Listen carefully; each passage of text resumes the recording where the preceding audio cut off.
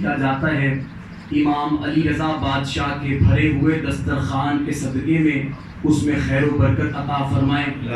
تمام عزاداران ماتمی موالی مولا کے جو ان مجالس میں اور جلوسوں میں شرکت کریں گے، میرے پاک مولا ہم وارث کے ہوتے ہوئے لاوارث ہیں، تو سب کی حفاظت فرمانا۔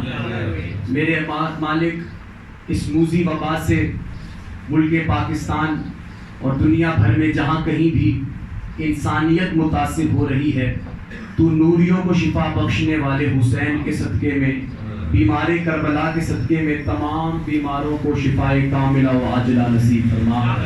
ہمیں اس وبا سے محفوظ فرما۔ ہمارے ڈاکٹرز، ہمارے نرسنگ سٹاف، جتنا پیرامیڈیکل سٹاف، ہمارے فرنٹ لائن سولجرز ہیں، میرے پاک مولا تو ان کی حفاظت فرما، ان کے حوصلوں میں اضافہ فرما، ملک پاکستان کی سرحدوں کی حفاظت فرما۔ اس ملک پاکستان میں شیعہ سنی مسلمان بھائیوں کو آپس میں دائمی اتفاق و اتحاد کے ساتھ رہنے کی توفیق عطا فرما۔ تمام دعاؤں کی ایک دعا ہمارے وارث کے ظہور میں تاجیل فرما۔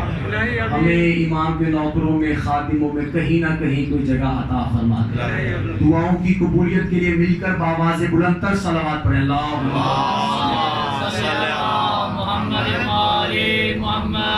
سامعین محترم، ماہ رمضان کا مہینہ اور آج بالخصوص جن حالات میں یہ ٹرسٹ آج کی مجلس کرا رہا ہے، میں آپ کو سلام پیش کرتا ہوں۔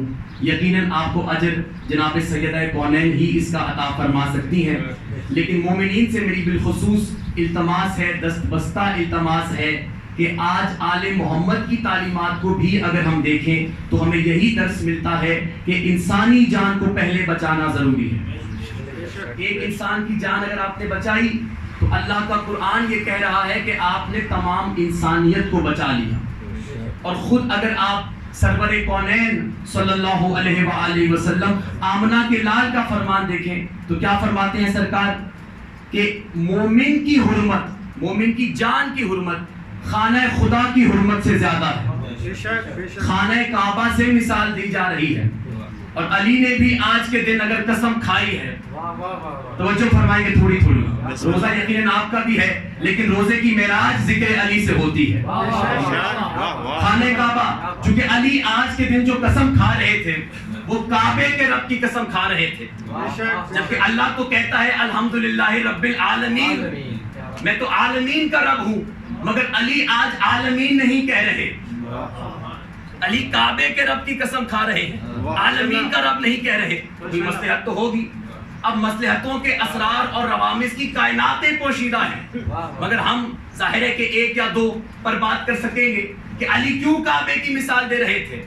علی کا ظاہر تعلق ہی کعبے سے کچھ ایسا ہے، اور رسول کی بھی اگر آپ حدیث کو دیکھیے کہ مومن کی جان کی حرمت فرمایا کعبے کی حرمت سے بھی زیادہ ہے۔ اب خانہ کعبہ وہ جو بیت اللہ ہے، جو اللہ کا گھر ہے، جو کوئی عام مزدور نہیں بناتا، اولی العزم نبی بناتے ہیں۔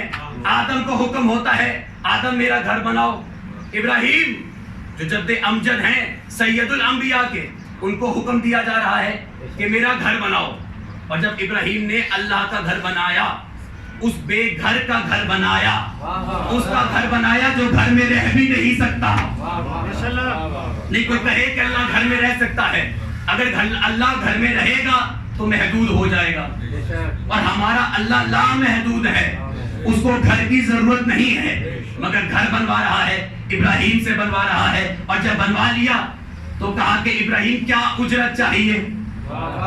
کل مزدوروں کا عالمی دن منایا گیا، سرکار کی حدیث ہر جگہ پڑھی گئی کہ مزدور کی اجرت اس کا پسینہ خشک ہونے سے پہلے اس کو ادا کر دو۔ تو ابراہیم بھی مزدوری کر رہے تھے، اللہ کے گھر کی مزدوری ہو رہی تھی۔ ابراہیم کیا اجرت چاہیے؟ پروردگار اجرت یہ چاہیے کہ آخری پیغمبر میری ذریت میں سے ہو۔ تو مجھے عزاداران امام مظلوم یہ بتائیے کہ ابراہیم کی دعا قبول ہوئی یا نہیں ہوئی؟ ہوئی قبول، مگر کب؟ دستی فوری نہیں، ہزاروں سال کے بعد ابراہیم کی دعا قبول ہو رہی ہے۔ تو اس میں آپ کے اور میرے لیے پیغام یہ ہے کہ کہ جب ہم دعا کرتے ہیں اور فوری قبول نہ ہو تو فوراً ابراہیم کو یاد کیا کیجئے کہ کئی مرتبہ اولی العزم پیغمبر دعا مانگ رہے ہیں تو ہزاروں سال لگ جاتے ہیں مگر دعا قبول ہو جاتی ہے. اس یقین کے ساتھ دعا مانگنی ہے تو قبول ہوگی، بے شک فوری قبول نہ ہو، اور اگر فوری قبول نہیں ہو رہی تو پھر مصلحت ہے. رضوان بھائی پھر ہمارے لیے اچھا نہیں ہوگا، چونکہ ہم اپنے لیے اس طرح اچھا اور برا نہیں سوچ سکتے جس طرح ہمارا خالق سوچ سکتا ہے. چونکہ خالق وہ ہے جو 70 ماؤں سے زیادہ محبت کرنے والا ہے. ہم تو کل تک کا نہیں دیکھ سکتے، ابھی گھنٹے بعد کا نہیں دیکھ سکتے، اور وہ خالق ایسا ہے جو ازل سے ہے، ابد تک رہے گا، جو فقط اول نہیں بلکہ اول الاولین ہے، جو فقط آخر نہیں بلکہ آخر الاخرین ہے. اسی لیے دعا مانگتے ہوئے یقین کے ساتھ مانگیے، آج نہیں تو جب مولا آپ کا دل کرے قبول کر لیجیے گا. ابراہیم کی دعا قبول ہوئی کس بات پر؟ اللہ کا گھر بنایا، بیت اللہ بنایا، اللہ کا گھر بنایا. یوں بیت اللہ بنوا رہا تھا انبیاء سے کہ جیسے خود خدا آنے لگا ہے. شاعر بیان کر رہا ہے اسی طرح بنوا رہا ہے نا بیت اللہ. ہر ایک سے کہہ رہے میرا گھر بناؤ، میرا گھر بناؤ. اب رضوان بھائی کا گھر ہے، میں نے کبھی نہ رضوان بھائی آپ کو گھر سے باہر آتے دیکھا نہ گھر میں جاتے دیکھا، کسی کو نہیں دیکھا.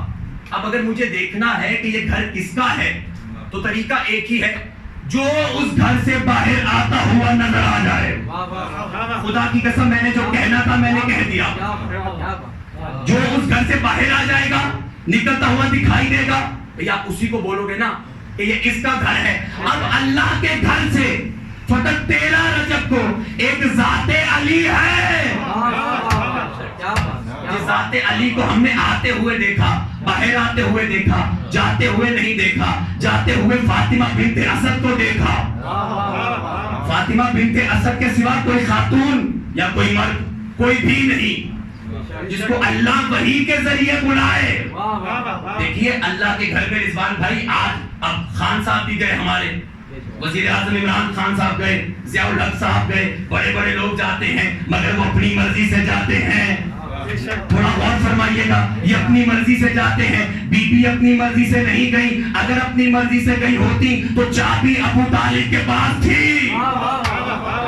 چابی تو ابو طالب کے پاس تھی، چابی سے دروازہ کھول لیتے مگر دروازہ نہیں کھلوایا، دیوار کو توڑا، دیوار کو شک کیا. اللہ پیغام یہی دینا چاہتا تھا کہ اگر دروازے سے آئے تو کل کے مسلمان یہ بولیں گے کہ ارے چابی جو اپنے پاس تھی اسی لیے اندر اپنی مرضی سے چلی گئی. اللہ نے دیوار توڑ کر بلایا کہ یہ اپنی مرضی سے نہیں، رب جلی کی مرضی سے آئی ہے.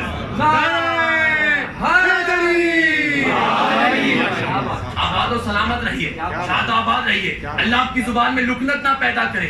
جو ذکر علی میں بولتے ہیں یہ چہرے یوں ہی کھلے کھلے رہے. یقیناً یہ چہرے قبر میں بھی کھلے رہیں گے، محشر میں بھی، برزخ میں بھی، حشر میں بھی. جن کو علی کے نام سے ٹھنڈک ملتی ہے ان کو دیکھیں اچانک سے ٹھنڈک ملتی ہے. صبح کیسا موسم تھا قبلہ، ابھی کیسا موسم ہے. یہ ذکر علی کا کمال ہے. عزیزان گرامی قدر، یہ علی کی مادر گرامی کی عظمت سمجھیے. یہ سیدہ فاطمہ بنت اسد کہ جن پہ اللہ نے وحی الہی کے ذریعے ہے.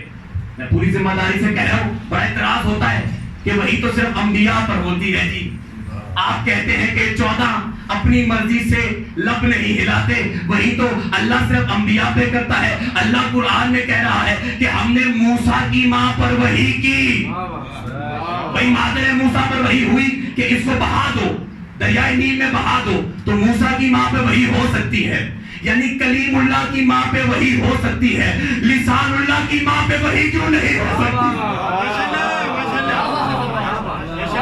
جو اللہ سے کلام کرے اس کی ماں سے وحی ہو سکتی ہے، اور جس زبان سے اللہ کلام کرے ان کی ماں سے وحی نہیں ہو رہی. نعرہ حیدری. یہ تو وہ عظمتوں والا گھرانہ ہے کہ سرکار تو عالم صلی اللہ علیہ وآلہ وسلم پتھر بھی اٹھا لیتے ہاتھوں میں تو وہ بھی کلام کرنے لگتا. مگر یہ پتھروں پر ایمان لے آئیں گے، پتھروں پہ سبحان اللہ. آپ بولے علی علی رسول کے ہاتھوں میں آتی بولے استغفراللہ. پتھر پر ایمان لا رہے ہیں, علی پر ایمان نہیں لا رہے. پتھر سے بت بنتا ہے, یعنی بتوں پر ایمان لا رہے ہیں, بت شکن پر ایمان نہیں لا رہے. ان کی بھی مجبوری ہے, ظاہر ہے 40 سال لگ گئے یہ جاننے میں, اس حقیقت کو جاننے میں کہ ہمارا خالق یہ بت نہیں بلکہ اللہ ہے. اس سے پہلے تو کنکر ہی شنکر تھا, تو پھر اثر تو ہوگا. مگر علی بت پرست نہیں, علی بت شکن ہے. یہی ہے, علی بتوں کو توڑنے والے ہیں. اسی لیے علی والوں کو کبھی شرک کا تانا مت دیجیے گا. نہیں, شرک کا اور علی والوں کا کوئی تعلق نہیں ہے. اس کی وجہ یہ ہے علی آئے ہی شرک کے خاتمے کے لیے آئے. اور قرآن کیا کہتا ہے, انما یرید اللہ لیذھب عنکم الرجس اہل البیت ویطہرکم تطہیرا, کہ اللہ کا تو بس یہی ارادہ ہے کہ اہل بیت سے رجس کو دور رکھے. اب شرک کیا ہے؟ شرک بھی سے مولا کو سلامت رکھے, تو شرک کو تو دور رکھ دیا. اب اگر جاننا چاہو کہ مشرک کون ہے تو بس یہ دیکھنا کہ اہل بیت سے دور کون ہے. جو اہل بیت سے دور ہوگا وہ مشرک ہوگا, جو اہل بیت کے قریب ہوگا وہ مشرک نہیں ہو سکتا. چونکہ علی بتوں کو توڑنے کے لیے آئے تھے, علی بتوں کا خاتمہ کرنے کے لیے آئے تھے. علی سے توحید کو کوئی خطرہ نہیں ہو سکتا, علی کے فضائل پڑھنے سے خدا کو کوئی خطرہ نہیں ہو سکتا. اس لیے کہ علی کائنات میں آئے اس لیے تھے, ہمارا والا مقصد نہیں تھا. ہمارا مقصد تو ہے وما خلقت الجن والانس الا لیعبدون, میں نے جنات کو اور انسانوں کو اس لیے بھیجا, اس لیے خلق کیا کہ وہ میری عبادت کرے. مگر اے محمد والے محمد, تمہیں اس لیے نہیں بھیجا. پالنے والے پھر کیوں بھیجا؟ کہا میں چھپا ہوا خزانہ تھا, میں نے چاہا کہ میں پہچانا جاؤں تو میں نے ان کو بھیجا. یہ آئے ہیں اس کو پہچانوانے کے لیے, یہ آئے ہیں اللہ کی معرفت کرانے کے لیے. کیونکہ مولا علی کا فرمان موجود ہے کہ کائنات آدم و عالم میں کل جتنے علوم ہیں, کل جتنے اسرار و روامض ہیں, وہ تمام کے تمام 4 کتابوں میں سمو گئے. شاہ جی کون سے؟ تورات, زبور, انجیل, قرآن. ان 4 کتابوں میں جو علوم تھے وہ ایک میں سمو گئے. بولتے رہے گا تھوڑا تھوڑا میرے ساتھ. جی وہ 4 کون سی میں سمو گئے؟ حضرت قرآن میں جتنے علوم تھے وہ ایک سورت میں سمو گئے, سورہ الحمد میں. سورہ الحمد کے جتنے اسرار تھے وہ ایک آیت میں سمو گئے, یعنی بسم اللہ الرحمن الرحیم. اب بسم اللہ الرحمن الرحیم میں جتنے علوم تھے وہ ایک حرف میں سمو گئے, وہ حرف بے ہے. اب بے کے جتنے علوم تھے وہ بے کے نیچے لگے ہوئے نقطے میں سمو گئے. اور میرا مولا علی فرماتا ہے کہ اے لوگوں, وہ بے کے نیچے لگا ہوا نقطہ کوئی اور نہیں, میں علی بن ابی طالب.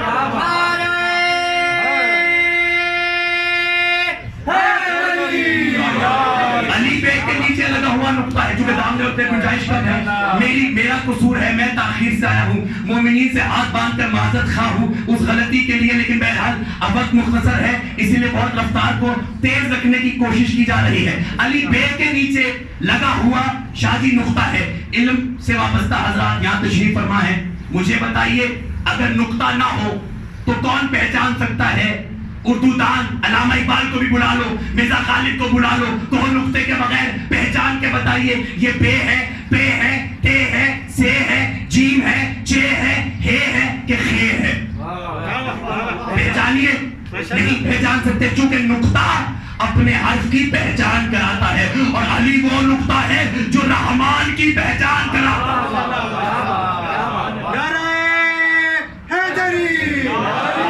علی آئے اس لیے ہیں, اس کی معرفت کے لیے, اس کو پہچانوانے کے لیے. 50 صحابی تھے, مثال دے رہا ہوں, علی کیوں اللہ کو منوانے کے لیے آئے. 50 صحابہ کرام رضوان اللہ تعالی علیہ اجمعین نے دیکھا اپنی آنکھوں سے کہ علی 2 انگلیوں سے باب خیبر کو اکھاڑ رہے ہیں. قمر جلال بھی کہتے ہیں غنیمت جانیے کہ 2 انگلیوں پہ باب خیبر ہے. غنیمت جانیے کہ 2 انگلیوں پہ باب خیبر ہے, جو 5 انگلیاں اٹھتی تو عرش و فرش اٹھ جاتا. تو جب انہوں نے دیکھا تو وہ مشرک ہونے لگے. ایسا ہی ہے, تاریخی بات ہے, مشرک ہونے لگے.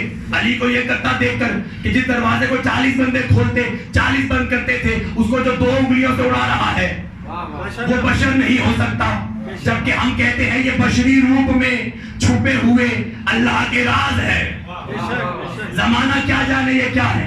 زمانہ کہہ ہی نہیں سکتا کہ ہم علی کو جان گئے. نوسیری پہ میں لعنت اس لیے کرتا ہوں کہ اس نے دعویٰ کیا کہ میں علی کو پہچان گیا ہوں. ارے جب رسول فرما رہے ہیں علی آپ کو میرے اور اللہ کے سوا کوئی نہیں جانتا, تو آپ اگر نوسیری کہے میں جان گیا تو معاذ اللہ یا رسول ہونے کا دعوے دار یا خدا ہونے کا. میں کیسے علی پہ دیوان لکھوں؟ میں کوئی اللہ ہوں جو ایک اور قرآن لکھوں؟ میں نہیں لکھ سکتا. یہ اللہ کے کام ہے. اللہ جانے علی کیا ہے یا محمد جانے علی کیا ہے. علی تب تک سمجھ میں نہیں آتا جب تک علی خود نہ چاہے. علی وہ عظمتوں کے مالک ہے جو ذہن میں نہیں دلوں میں نازل ہوا کرتے ہیں. یہ قلب اطہر پہ نازل ہوتے ہیں اور ہمارے نہیں مصطفیٰ کے قلب پہ نازل ہوتے ہیں, کیونکہ علی قرآن ناطق ہے. یہ بولتا ہوا قرآن ہے. یہ اللہ کو منوانے آیا. تو جب انہوں نے یہ ارادہ کیا علی کو دیکھ کر کہ ہم علی کا کلمہ پڑھیں, علی کی الوہیت کا اعلان کریں, علی کو خدا کہیں, تو علی کے خیمے میں آنے لگے. اب اندر بادشاہ کائنات بیٹھا تھا جو ارادوں کی زبان جانتا ہے, جو ہونے کو شاہ جی ہونے سے پہلے جانتا ہے. وہ بیٹھا تھا.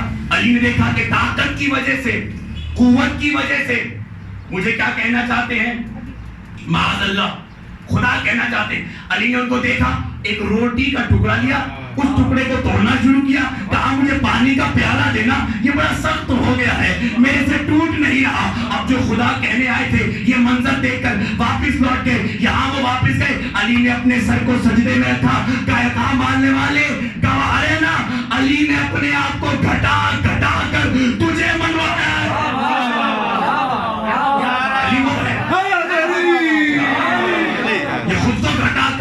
جو علی کہہ رہے ہیں کہ رب کعبہ کی قسم میں کامیاب ہو گیا. ہجرت کی رات کیوں نہ کہا؟ وہ کامیابی نہ تھی. بدر میں کیا تھا, احد میں کیا تھا, خیبر میں کیا تھا, خندق میں کیا تھا, ہر محاذ پہ غدیر میں کیا تھا. علی کو کتنی عظمتیں ملی, کبھی نہیں کہا کامیاب ہو گیا. آج کہہ رہے ہیں اس لیے کہ علی کا مقابلہ اللہ کے دشمنوں سے تھا. علی برداشت نہیں کر سکتے تھے کہ توحید پر کوئی آنچ آ جائے. علی جانتے تھے یہ مجھے خدا کہتے ہیں, یہ شرک کرتے ہیں, میں نے ان کی نفی کرنی ہے. ان کے پاس جو دلائل ہیں ان کا خاتمہ کرنا ہے. ان دلیلوں میں سے ایک دلیل رضوان بھائی یہ بھی تھی کہ علی کو موت نہیں آتی. خیبر ہو, خندق ہو, مرحب ہو, کوئی ہو, علی کو تو جس کو موت نہ آئے یا حی یا قیوم, ایک سمجھنے میں. تو آج چونکہ وہ منظر پیش کرنا تھا تو علی نے کہا رب کعبہ کی قسم آج کامیاب ہو گیا. میں نے تمہاری تمام دلائل کا خاتمہ کر دیا. کس مقصد سے؟ کہ خدا نہ کہو, شرک نہ کرو, اللہ کی وحدانیت میں شرک نہ کرو. اس کا خاتمہ میرے مولا میرے مرشد علی چاہتے تھے کہ میں کامیاب ہو گیا. جبکہ بظاہر علی آج کے روز شہید ہو رہے, قتل ہو رہے تھے, مگر بتانا یہ چاہتے تھے کہ ہم قتل ہو کر بھی کامیاب ہیں. تم ہمیں قتل کر کے بھی ناکام ہو, نامراد ہو. تو ارجان محترم آج کے دن میری آپ سے گزارش ہے, آگے جلوس بھی ہیں جو ہمارے قائدین نے ذمہ داری اٹھائی ہے مومنین کی, ان کو شرمندہ نہ ہونے دیجیے گا. زمانے کو پیغام دیجیے گا کہ یہ مذہب اہل بیت کتنی مہذب ترین قوم ہے. چونکہ تہذیب بھی اگر تہذیب سیکھنا چاہے تو در آل محمد سے سیکھتی ہے. یہ تہذیب کا در ہے. یہ وہ در ہے کہ جہاں بے زر آئے تو اس کو ابو ذر بنا دیتے ہیں. یہ وہ در ہے کہ جہاں سلمان آئے تو اس کو فخر سلیمان بنا دیتے ہیں. یہ وہ در ہے, یہ وہ در ہے کہ جہاں حر اگر لعنت اللہ آئے تو علیہ السلام بنا دیتے ہیں. تو گرام یہ کہتے ہیں یہاں سے تہذیب سیکھیے, یہاں سے درس لیجئے, اور ایسی باتیں نہ کیجیے گا جہالت والی کہ جناب نہیں ہمیں کوئی فرق نہیں پڑتا, ہم SOPs کو فالو نہیں کریں گے. مانا کہ مومنین کے عقائد پختہ ہیں, مانا کہ اہل بیت کے در سے بڑا کوئی در شفا کا نہیں ہے, ان سے بڑا کوئی طبیب نہیں, حسین سے بڑا کون طبیب, جو نوری کو بھی شفا بخشے فطرس خاکی آئے تو اس کو بھی شفا بخشے. حسن سے بڑا طبیب کون؟ سیدہ کونین سے بڑا طبیب کون؟ کہ وہ نبی جو وما ارسلناک الا رحمت للعالمین ہیں، جو عالمین کے لیے رحمت ہیں، اگر وہ بھی کبھی ضعف محسوس کرے تو کسی ڈاکٹر کے پاس نہیں جاتے، سیدہ کونین کائنات کی سب سے بڑی طبیب کے پاس آتے ہیں. نبی کی ذات اگر پھیلے تو چھا جاتی ہے عالم پر. نبی کی ذات اگر پھیلے رضوان بھائی تو چھا جاتی ہے عالم پر، اگر سمٹے تو نظر آئے زہرا کی چادر میں. پیغمبر کسی ڈاکٹر کے پاس نہیں، سیدہ کے پاس آ رہے ہیں. کائنات کو رحمت بخشنے والا نبی جب خود رحمت کا طلبگار ہو تو وہ چادر سیدہ میں رحمت پاتا ہے، وہ چادر سیدہ میں سکون. ابھی بی بی نے تو نسخے بھی بھیجے، صرف چادر نہیں دی، کبھی حسن کو نسخہ بنا کر بھیج رہی ہے، کبھی حسین تو کبھی علی، اور پھر آخر میں سینئر موسٹ سرجن آتا ہے، صدر جلسہ آتا ہے، مرکز آتا ہے. تو سیدہ کونین آئی. یہ تمام طبیب ہیں نا اس گھرانے میں، مگر مجھے بتائیے آج کے روز علی نے حسن سے کیا کہا؟ طبیب کو لے کر آؤ. یہ تھا وہ نقطہ جہاں میں لانا چاہ رہا تھا کہ ان سے بڑا شفا دینے والا کوئی نہیں. مگر علی حسن کے ذریعے طبیب کو بلا رہے تھے آج کے روز ہمیں پیغام دینے کے لیے. ان کی زندگی میں میسج ہے ہمارے لیے. ایک ایک لہجہ علی کا یا اہل بیت میں سے کسی کا بھی ہمارے لیے میسج لے کر آتا ہے. ہمیں اس میں سے کچھ نہ کچھ سیکھنا ہے، کچھ نہ کچھ اخذ کرنا ہے کہ اگر بیمار ہو جاؤ تو جو ڈاکٹر کہے اس پر عمل کرو. تو ڈاکٹر نے جو کہا ہے وہ SOPs پہ عمل کرنے کو آپ کو کہا ہے. تو آپ سے ریکویسٹ ہے کہ عزاداری بھی کریے اور ساتھ میں SOPs پر عمل درآمد بھی کریے. اور عزاداری تو ظاہر ہے کہ ہماری شہرت ہے، امام خمینی نے فرمایا تھا، اور ہم اس سے دور نہیں رہ سکتے. یہ ہمارا تشخص ہے عزاداری. ہمارا علی کے اوپر کوئی کمپرومائز نہیں ہو سکتا. رمضان کا مہینہ ہے، اللہ آپ کے روزے بھی قبول فرمائے، آپ کی عبادتیں بھی قبول فرمائے. ہم آخری عشرے میں داخل ہو چکے ہیں. یہ جہنم سے نجات کا عشرہ ہے. مالک و مولا تو غفور رحیم ہے، تو معاف فرمانے والا ہے، تجھے معاف فرمانا اچھا لگتا ہے. میرے مولا ہم نے سب کو معاف فرما دیا، بس تو بھی ہم کو اس عشرے میں معاف فرما دینا. چونکہ زندگی کا کوئی پتہ نہیں ہے اگلے سال کس کو رمضان نصیب ہوگا، کس کو رمضان نصیب نہیں ہوگا. اگلے سال وہی آنسو بہائے گا نا جو زندہ رہے گا. اور اگر روزے کی معراج چاہتے ہو تو عشق علی میں آنسو بہایا کرو. یہ روزے کی معراج ہے. آنسو ایک ایسی چیز ہے جو عرش و فرش کا فاصلہ مٹا دیتا ہے. اور آنسو بھی اگر مصائب علی میں ہو. یہ بڑی مصائب کی راتیں ہیں، بڑے مصائب کے دن ہیں، ضربت کے ایام ہیں علی پر. مولا آپ جتنی حاجتیں لے کر آئے ہیں، علی آپ کی تمام حاجتوں کو پورا فرمائے. اپنی شہادت کے صدقے میں، اپنی ضربت کے صدقے میں. عزادارو یہ وہ رات رہی ہے، وہ قیامت والی رات بیت گئی کہ جس میں علی کی بیٹیاں یتیم ہو گئی. اللہ پردیس میں کوئی یتیم نہ ہو. جب 40 ہجری کا رمضان آیا نا تو علی کے رنگ بدل گئے تھے، علی کے انداز بدل گئے تھے، علی کے گفتار بدل گئی تھی. علی نے آخری خطبہ 17 رمضان کو منبر کوفہ سے دیا اور خطبہ دیتے دیتے ایک مرتبہ حسین کو اپنے قریب بلایا. حسین میرے لال میرے قریب آؤ. جب حسین قریب آئے علی حسین کی داڑھی کو چومنے لگے. حسین فرماتے ہیں بابا میری داڑھی کو کیوں چوم رہے ہیں؟ کہا حسین ایک مرتبہ تیرے نانا محمد نے میری داڑھی کو چوما تھا. میں نے پوچھا تھا یا رسول اللہ میری داڑھی کیوں چومتے ہیں؟ رسول رو کر فرما رہے تھے علی تیری داڑھی کیوں نہ چوموں؟ ایک ایسا رمضان آئے گا کہ قبیلہ بنی مراد کا شقی ترین شخص تجھے تلوار کے ذریعے تیرے سر اقدس کو شکافتہ کر دے گا اور تیری داڑھی تیرے خون سے رنگین ہو جائے گی. علی رو کر فرماتے ہیں میں تیری داڑھی کیوں نہ چوموں میرے لال؟ ارے میری داڑھی تو فقط میرے خون سے رنگین ہوگی، تیری داڑھی کبھی اکبر کے خون. اجرکم اللہ، اجرکم اللہ. شرم کر کے نہ روئیے گا.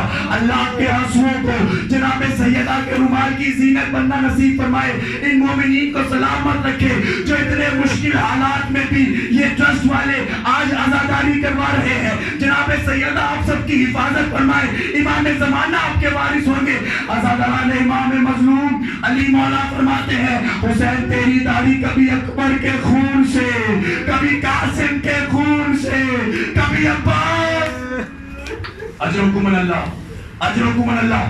کوفے کی عورتیں اکٹھی ہو کر میرے مولا کے پاس ہی, مولا آپ نے فرمایا ہے کہ ہر چیز کی کوئی نہ کوئی بہار ہوتی ہے, اور قرآن کی بہار رمضان کا مہینہ ہے.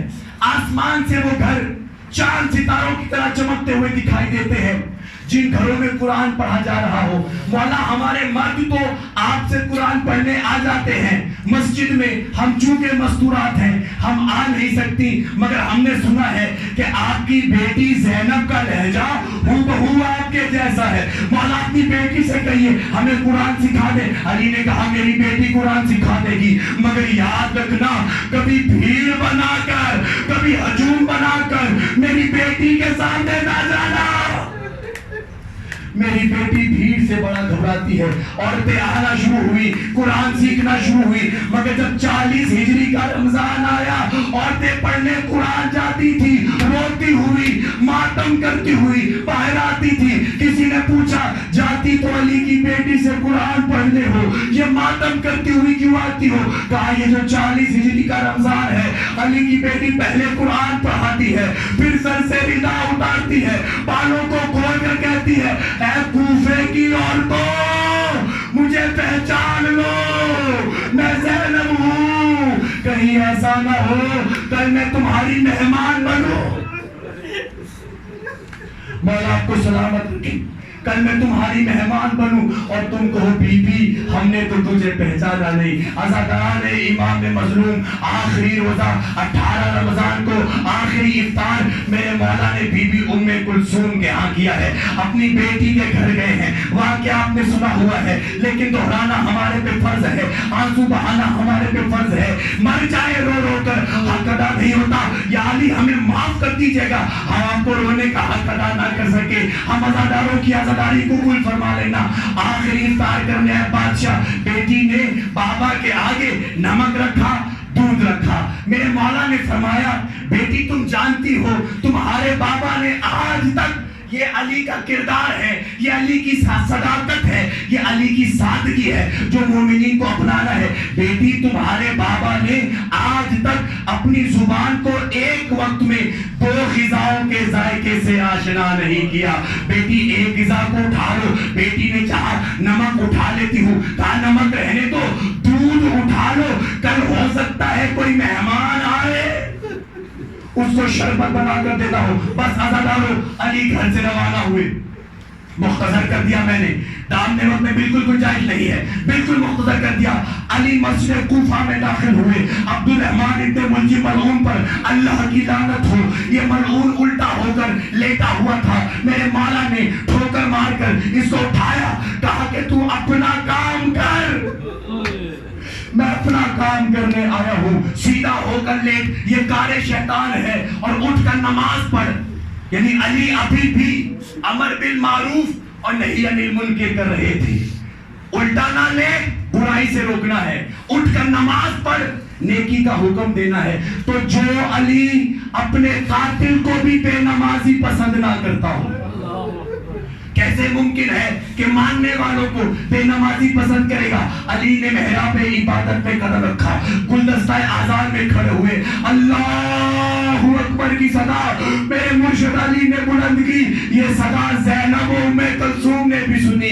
عزادارو گھر میں علی کی بیٹیوں کے بین بلند ہوئے. بابا کی آواز میں کتنا درد محسوس ہو رہا ہے. میرے مولا نے نماز ادا کرنا تھی. کائنات کا مولا امیر المومنین شیر خدا دوسرے سجدے کے لیے جھک رہا تھا کہ کائنات کے شقی ترین شخص نے ایک زہر میں بجھی ہوئی تلوار میرے مولا کے سر اقدس پہ, وجہ اللہ کے سر اقدس پہ ماری.